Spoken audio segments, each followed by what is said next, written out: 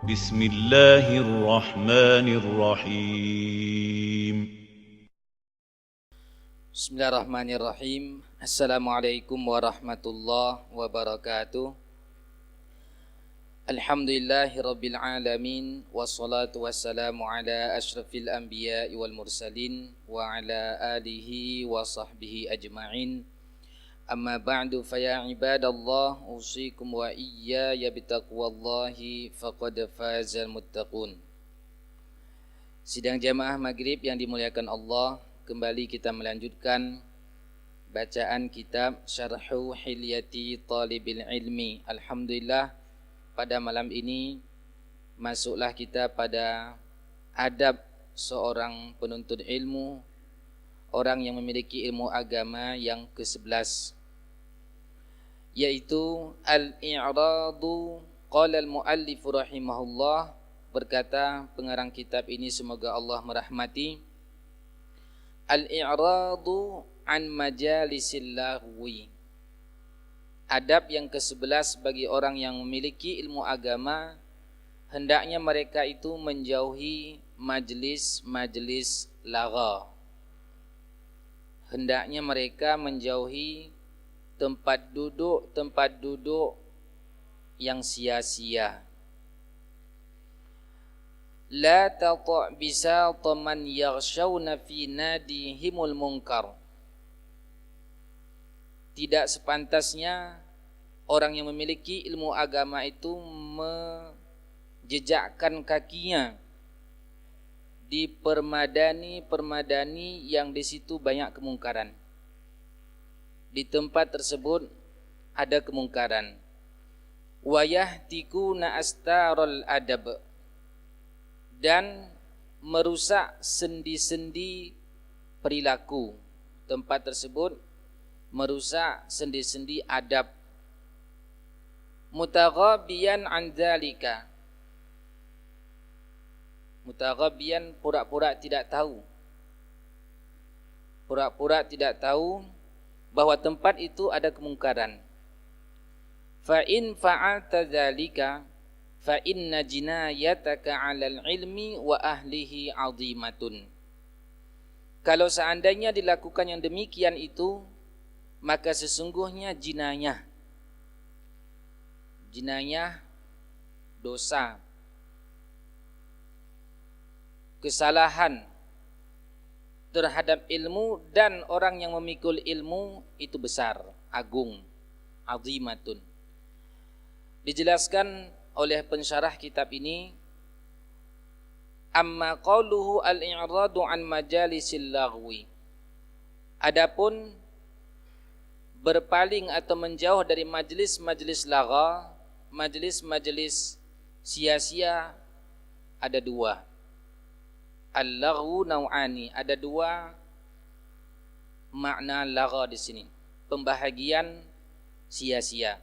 Yang pertama, laghwun laisa fihi faidatun wala madarratun.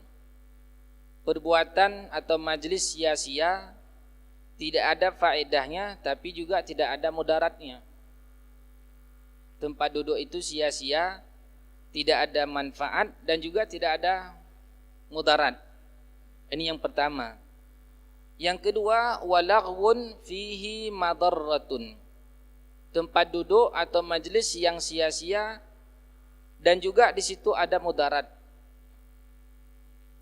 Yang pertama tadi, tempat duduk sia-sia namun tidak ada mudaratnya. Sedangkan yang kedua ini tempat sia-sia juga di situ ada mudaratnya. Ammal awwalu, adapun yang pertama tadi, majlis sia-sia yang tidak mudarat, fala yanbaghi lil 'aqdi an yudhhiba waqtahu fi. Bagi orang yang memiliki kecerdikan, tidak mungkin dia hilangkan waktunya sia-sia seperti itu. Li'annahu khasaratun, karena yang demikian itu kerugian. Kalau kita punya uang, kita poya-poyakan uang, tidak ada manfaat, kita merasa rugi. Waktu lebih mahal daripada uang. Karena termasuk pertanyaan di akhirat nanti adalah tentang waktu.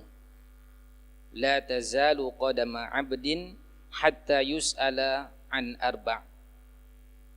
Pada hari kiamat nanti tidak akan bergerak kaki seorang hamba sehingga ditanya 4 pertanyaan. Termasuk pertanyaan di situ adalah kaitan dengan waktu, kaitan dengan masa muda. Wa an syababihi fima ablah. Masa mudanya kemana dia habiskan. Waktu tadi. Lagha yang tidak ada mudaratnya dan lagha yang ada mudaratnya. Yang kedua, fa innahu yahrumu alaih. Ini jelas haram. Kalau sia-sia dan di situ mengandung mudarat, jelas ini hukumnya haram. Fa innahu yahrumu alaihi ayyumdiya waqtahu fi. Haramlah atasnya menghabiskan waktu di dalamnya. Li'annahu munkarun muharramun. Karena sesungguhnya itulah kemungkaran yang diharamkan. Contohnya penyakit yang menyerang tidak sedikit anak-anak muda di zaman ini. Kalau orang tua mungkin kecil kemungkinan. Anak-anak muda terserang penyakit suka game, PlayStation. Ini bisa jatuh kepada haram kalau seandainya hal tersebut mudarat. Baik mudarat terhadap agama karena sibuk dengan gamenya, dia tinggalkan sholat. Karena sibuk dengan PlayStation-nya, panggilan orang tua dia tidak hiraukan. Ini bisa jadi haram. Dan ternyata penelitian akhir ini menyebutkan permainan ini bisa juga berimbas pada kesehatan, terutama kesehatan pada kulit tangan. Ada beberapa situs kita lihat yang menjelaskan tentang bahaya PlayStation. Maka bila terserang penyakit ini pada anak-anak kita, cucu-cucu kita, anak saudara-saudara kita, anak kaum muslimin, kita ingatkan. Karena itu bukan sekedar sia-sia, tetapi di samping sia-sia juga mengandung mudarat. Tidak sedikit kita mendengar berita-berita, membaca berita-berita, seorang anak karena terpengaruh dengan PlayStation tersebut, dia bunuh orang tuanya.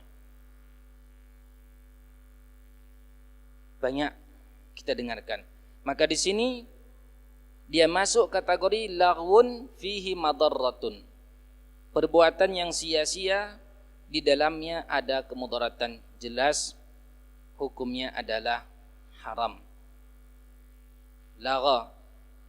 Kalau seandainya tidak ada mudarat pun, tidak mungkin seorang beriman menghabiskan waktunya pada perkara yang sia-sia.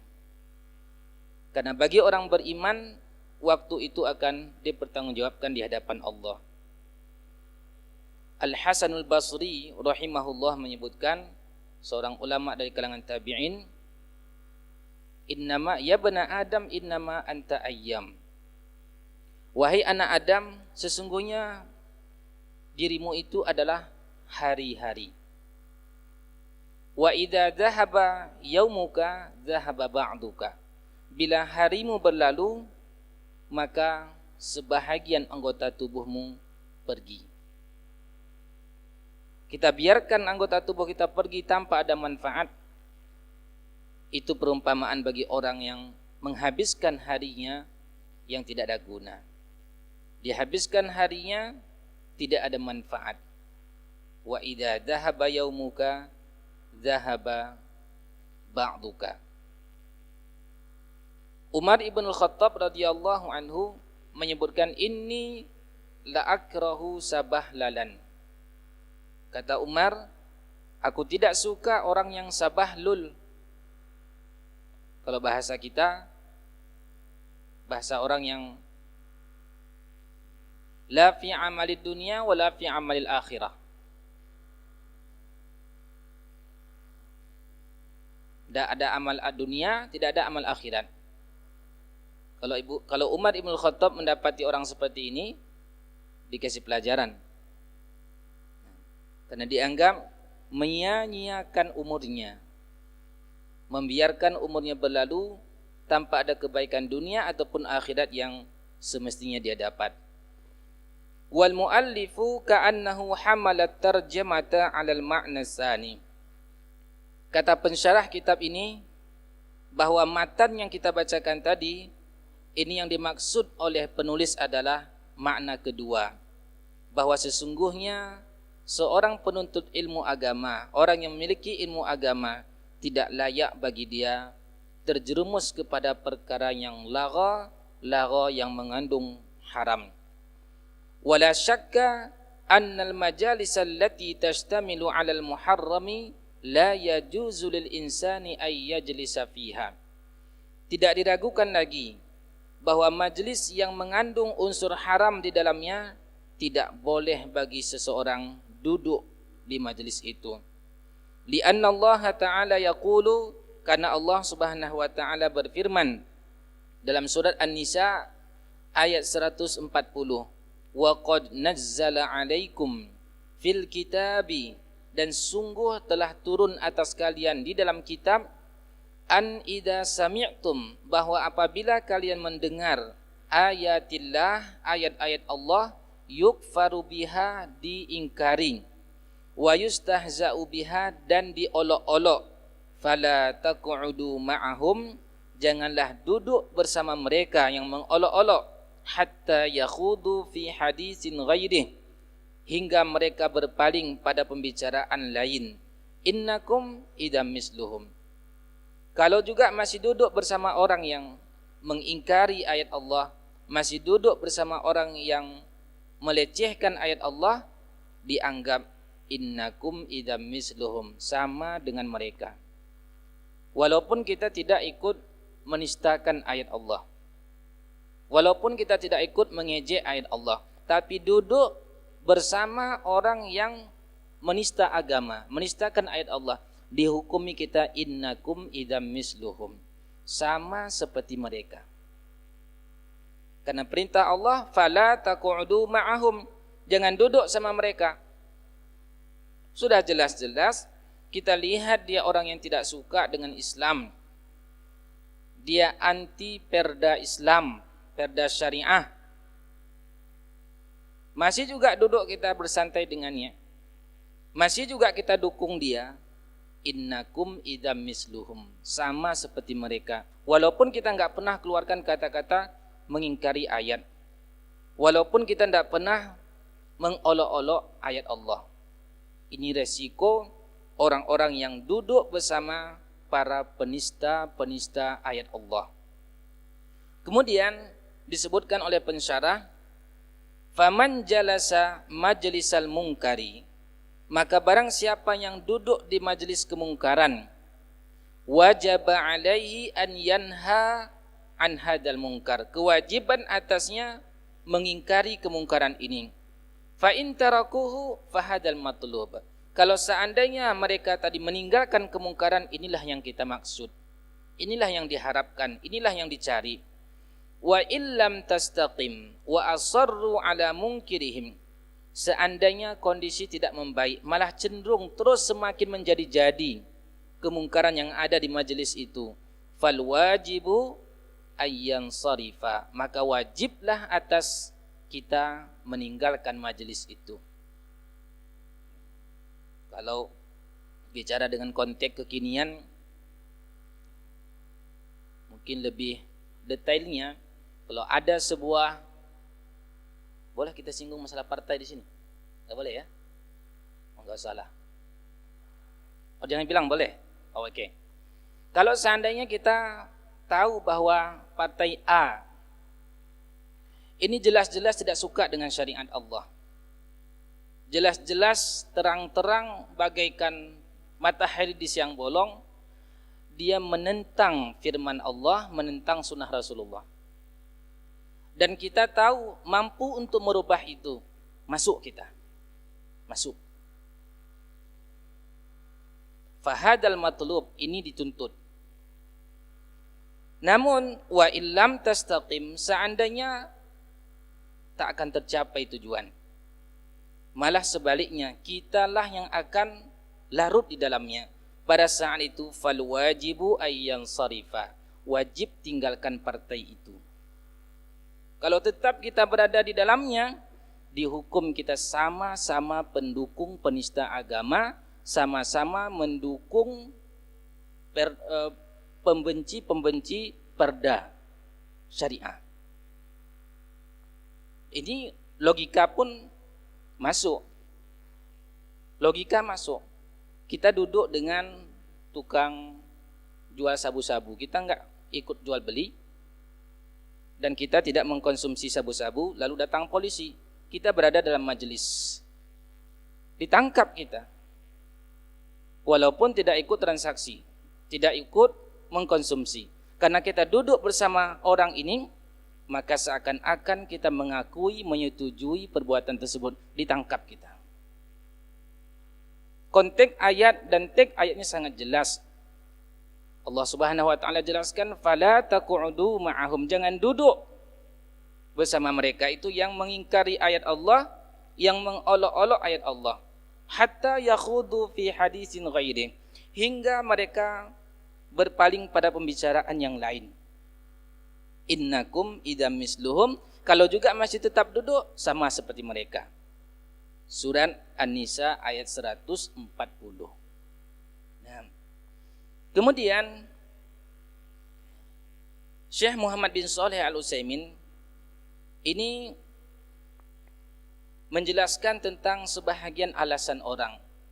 Yang penting hati saya benci. Yang penting hati saya benci karena hadisnya fa illam yastati' fa biqalbihi.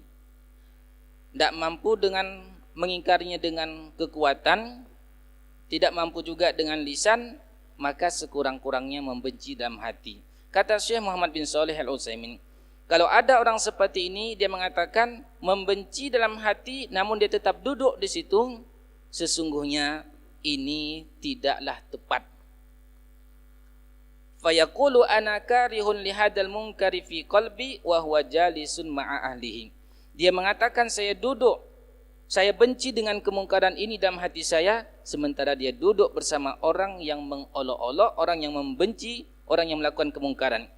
Fayuqalu lahu, katakanlah kepada orang yang seperti ini, lau kunta karihan lahu haqqan ma jalasta ma'ahum, seandainya benar-benar engkau benci terhadap kemungkaran itu, tidak mungkin akan duduk bersama mereka. Suami istri saja kalau sudah benci enggak akan mau lagi satu rumah. Tanda kebenciannya itu maka suami meninggalkan rumah atau istri meninggalkan rumah.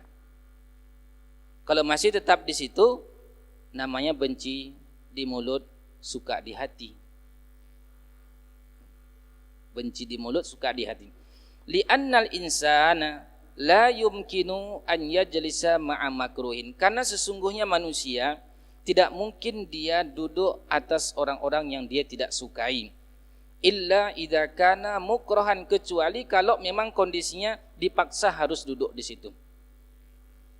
Kalau tidak duduk di situ dibunuh. Ini termasuk kalau dalam sebuah ruangan di kantor kita ada orang mengguncing, ada orang menghibah, kita tidak suka. Maka buktikan ketidaksukaan kita itu dengan cara tinggalkan majelis tersebut. Kalau masih duduk di situ, walaupun kita tidak ikut nimbrung berbicara, kita dengar, kita diam, sama artinya dia dan kita kanibal modern. Karena hukuman bagi orang yang mengguncing itu, ayuhibbu ahadukum ayyakula lahma akhi, sukakah seseorang di antara kalian, kata Allah, memakan bangkai, daging bangkai saudaranya. Fakarihtumuhu, sungguh menjijikkan. Kita ambil mayat saudara kita yang sudah dikubur, kita lahap dagingnya, kita santap kulit-kulitnya, bangkai itu masih lebih ringan daripada mengguncing orang. Masih lebih ringan. Kalaulah memakan bangkai itu menjijikkan dan menggibah lebih jijik. Lebih jijik. Ketika kita melihat majelis ghibah di situ, di ruangan tersebut, buktikan kebencian kita, tinggalkan majelis itu. Kecuali tadi dalam kondisi yang terpaksa harus duduk, dan risikonya lebih besar kalau kita tidak duduk, itu barulah berfungsi kebencian di dalam hati. Kemudian wa qauluhu, dan perkataan di matan tadi, matan kitab tadi, fa in fa'alta dzalika fa inna jinayataka 'alal ilmi wa ahlihi 'azimatun. Kalau seandainya seorang penuntut ilmu tadi, orang yang memiliki ilmu agama, tetap juga duduk di majelis kemungkaran tadi, ini sama dengan artinya dia telah melakukan jinayah. Dia telah melakukan, apa terjemahnya jinayah itu? Pelanggaran. Pelanggaran terhadap ilmu dan pelanggaran terhadap orang yang memiliki ilmu. Kenapa demikian? Disebutkan, falau ra'ayna taliba ilmin yajlisu majalisal lahwi wal laghwi wal munkar fajinayatuhu ala nafsihi wadihatun wa 'azimatun wa takunu jinayatan 'alal ilmi wa ahlihi. Seandainya kita melihat seorang yang berilmu lalu duduk-duduk di majelis lalai, duduk di majelis kemungkaran, ini satu sisi dia melakukan jinayah terhadap dirinya, dan juga dia melakukan jinayah pelanggaran terhadap ilmu. Kenapa? Di annan nasa qad yaqulun, karena mungkin saja orang akan mengatakan haula'i talabatul ilmi, itu orang yang memiliki ilmu agama. Yang memiliki ilmu agama saja main PlayStation. Dia melakukan jinayah terhadap dirinya sendiri dan juga melakukan jinayah terhadap ilmu agama yang dia miliki. Seorang ulama ini saja korupsi, dia memiliki ilmu agama, sekian puluh tahun belajar di Madinah, tapi juga dia merokok, misal. Itu dia jinayah terhadap dirinya sendiri dan juga jinayah terhadap ilmu yang dia miliki. Maka penulis kitab ini mengingatkan orang-orang yang memiliki ilmu agama, di antara adabnya adalah al-i'radu an majalisil laghwi, menjauhkan diri dari majelis-majelis lagha, majelis-majelis lalai. Baik majelis lalai itu bermudarat ataupun tidak mengandung mudarat. Kemudian yang ke-12, adab yang ke-12 ini lebih ringkas dan juga sangat perlu diperhatikan oleh orang-orang yang memiliki ilmu agama, yaitu al-i'radu anil haisyat. Hendaknya orang yang memiliki ilmu agama itu berhias diri, menjauhkan diri dari kegaduhan-kegaduhan. Kegaduhan di sini disebutkan haisyatul aswaq, kegaduhan yang ada di pasar-pasar. Seorang penuntut ilmu agama, orang yang memiliki ilmu agama, tidak layak banyak shopping-shopping ke pasar-pasar. Bahkan kalau ulama-ulama hadis dulu, itu dianggap sebahagian muru'ah. Tidak pakai peci saja, dianggap mengurangi muru'ah dan bisa berpengaruh kepada hadis yang dia riwayatkan. Berjalan di tempat-tempat yang di situ banyak kegaduhan, banyak keramaian. Pasar itu tempat yang ramai, dan seburuk-buruk tempat itu pasar. Kenapa dikatakan di situ ramai? Li'annaha tastamilu ala laghatin wa sabbin wa syatmin. Karena di pasar itu mencakup dalamnya caci maki, di dalamnya ada celaan, cercaan macam. Ada kebohongan, ada tipu menipu. Seburuk-buruk tempat itu pasar. Dan itu pula yang sangat disukai orang, khususnya ibu-ibu.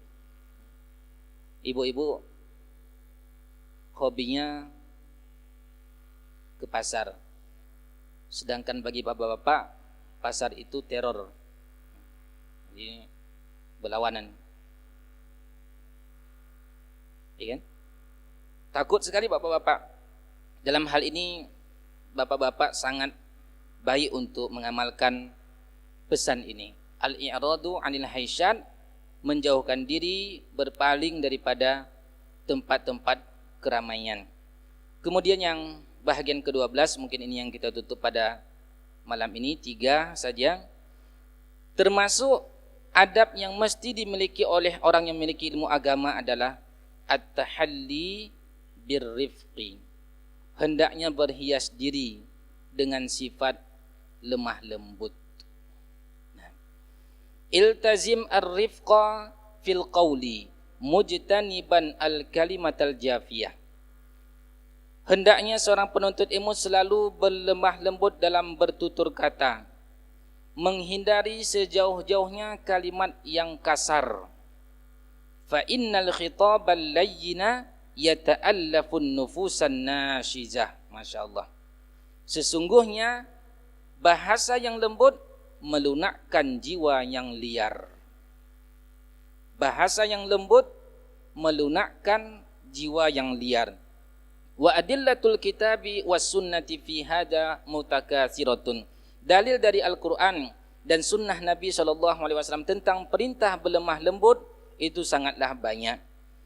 Disarahkan oleh Syekh Muhammad bin Shalih Al-Utsaimin tentang yang bahagian 12 ini. Beliau sebutkan, hadal adabu min ahammil akhlaq li talibil ilmi. Bahagian yang ke-12 ini termasuk akhlak yang paling urgen, akhlak yang paling penting dimiliki oleh orang yang ada ilmu agamanya, seorang penuntut ilmu. Farrifqu kama qala an-nabiy sallallahu alaihi wasallam, berlemah lembut itu sebagaimana disabdakan oleh Nabi kita sallallahu alaihi wasallam, innallaha rafiqun yuhibbur rifqa fil amri kullihi. Sesungguhnya Allah itu maha lembut dan Allah suka kelembutan dalam setiap urusan.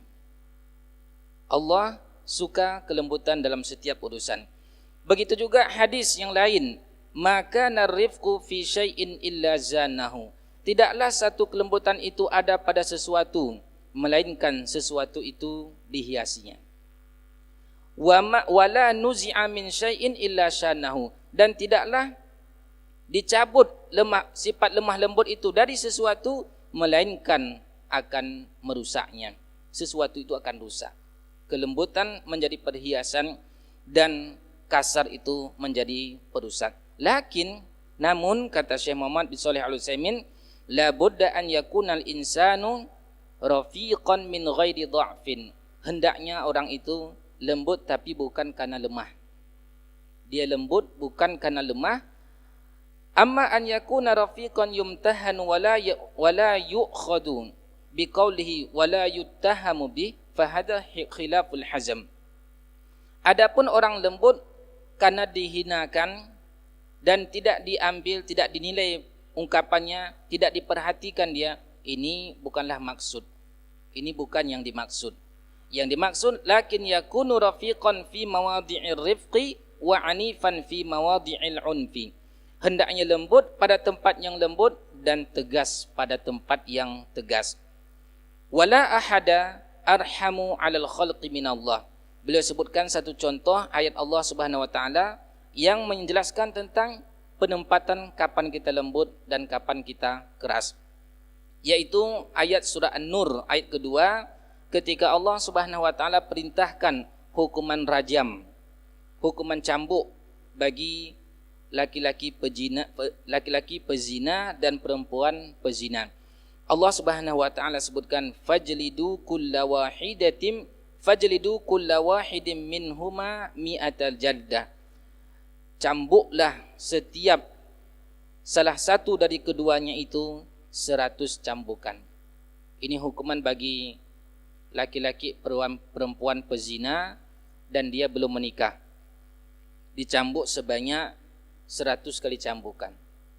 Kalau seandainya wanita atau pria itu sudah berumah tangga, sudah menikah dengan pernikahan sah, lalu dia berzina, hukumannya dirajam sampai ia tewas.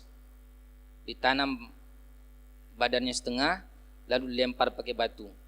Dilempar sampai dia mati. Itu hukuman bagi laki dan perempuan yang berzina. Perhatian kepada mereka-mereka yang pelakor-pelakor. Suami-suami suka istri orang, istri-istri suka suami orang. Hukuman jika Allah takdirkan nanti diterapkan hukum syariat sesungguhnya di daerah kita, maka mereka akan ditanam badannya setengah, dilempar sampai mati. Kata Allah Subhanahu wa taala, "Wala ta'khudhukum bihima ra'fatun fi dinillah." Jangan merasa belas kasihan dalam urusan hukuman Allah ini. Ambil batu lempar sampai orang ini meninggal. Falikulli maqamin maqalun. Setiap tempat sesuai dengan makal, sesuai dengan yang diharapkan. Kapan kita tegas, kita harus tegas, dan kapan kita lembut, kita harus lembut. Contoh lain disebutkan di sini. Seorang bapak menjumpai anaknya memecahkan zujaj, memecahkan kaca, mematahkan pintu-pintu rumah, merobek-robek bajunya. Lalu datang bapaknya mengatakan dengan bahasa lembut, bikalamin layyin ghairi munasib li halati. Ini enggak cocok tempatnya. Jangan begitu nak. Padahal ini kemungkaran sudah banyak sekali. Kerusakan yang dilakukan sudah banyak sekali. Ini tidak layak dengan bahasa lembut saat itu. Perlu ketegasan. Sebagaimana dalil yang digunakan oleh beliau bahwa Rasulullah SAW memerintahkan orang tua memberi pendidikan kepada anak. Muru auladakum bis-salati wa hum abna'u sab'i sinin. Perintahkan anak kalian salat sementara umur mereka masih 7 tahun.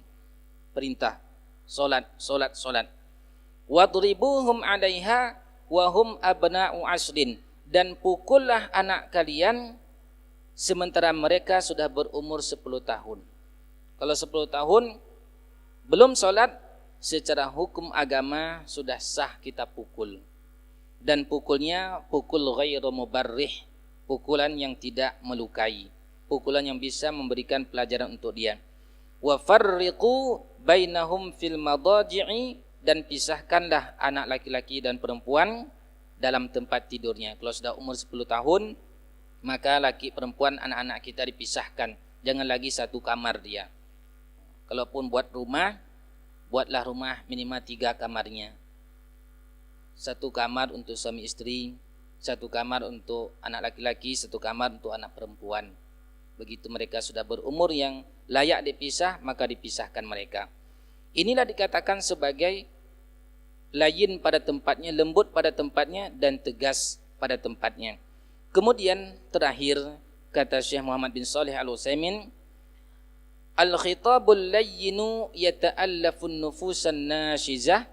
Makna daripada bahasa lembut itu melunakkan jiwa yang liar.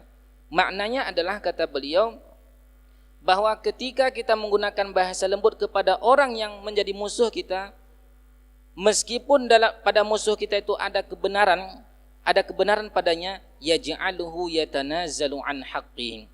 Boleh jadi dengan bahasa lembut kita, dia pun menurunkan dirinya daripada haknya. Apa maknanya di sini? Bahwa sesungguhnya sedang jemaah sekalian, li'annaka idza alanta lahul kalam la nalaka. Kalau kita lembut berbicara dengan orang yang menjadi musuh kita, maka dia pun balas dengan bahasa yang lembut untuk kita. Wa hadza syai'un musyahad. Ini sesuatu yang terjadi, kita bilang. Sebaliknya, idza naza'ta ahadan fasayashtaddu 'alaika wa yazidu. Kalau kita tentang orang itu, kita caci maki dia, kita gunakan bahasa kasar, maka bahasa kasar pun akan keluar dari dia, bahkan bisa bertambah lebih. Bisa lebih. Oleh karena itu kata beliau, fa idza alanta lahul qaula fa innahu yaqrubu minka. Apabila kamu berlembut untuknya, maka ia pun akan dekat denganmu. Ini termasuk dalam bahasa-bahasa tulisan kita di internet. Kalau ada orang bahasa kasar, tidak usah dibalas dengan kasar. Balas dengan kelembutan. Kenapa demikian? Karena hati yang liar tadi bisa menjadi lunak disebabkan oleh bahasa lembut dari kita.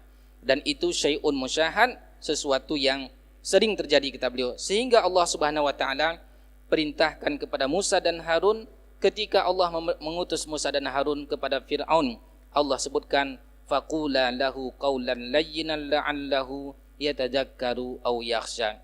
Berkatalah olehmu Musa dan Harun kepada Fir'aun perkataan yang lembut, mudah-mudahan perkataan yang lembut itu menjadikan ia teringat kepada Allah dan takut kepada Allah Subhanahu wa taala. Sidang jemaah sekalian, tuntunan Al-Qur'an, tuntunan hadis Nabi SAW sangat jelas bagaimana mujarabnya, bagaimana sihir yang terjadi pada bahasa-bahasa lembut yang kita ucapkan sebagai pengganti dari bahasa kasar yang disampaikan orang kepada kita, ternyata itu dapat melunakkan hatinya. Sebaliknya, kalau kasar dari kita, maka yang terjadi kasar pula balasan dari dia, bahkan bisa lebih daripada itu. Allah Subhanahu wa taala juga ingatkan Nabi kita, walau kunta faddan ghalidhal qalbi lam faddu min haulika. Jika engkau orang yang kasar dan keras hati, maka sesungguhnya orang-orang di sekitarmu akan menjauh daripada dirimu. Sidang jemaah sekalian, inilah 3 adab yang kita bacakan pada malam ini. Yang ke-12, ke-11, 12 dan 13 insyaallah kita lanjutkan lagi pada pertemuan berikutnya.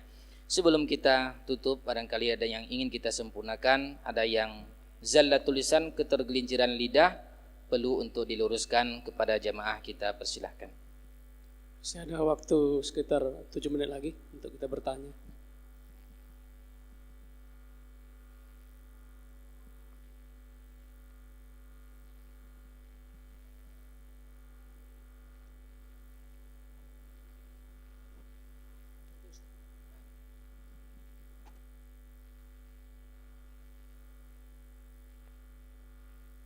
Atau tema mungkin yang lainnya, bukan tema malam ini.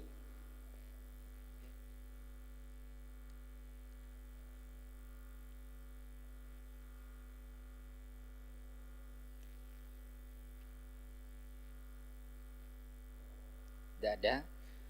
Baik, alhamdulillah, kita cukupkan. Ada waktu untuk kita berwudu, maka kita pergunakan waktu berwudu dan berzikir.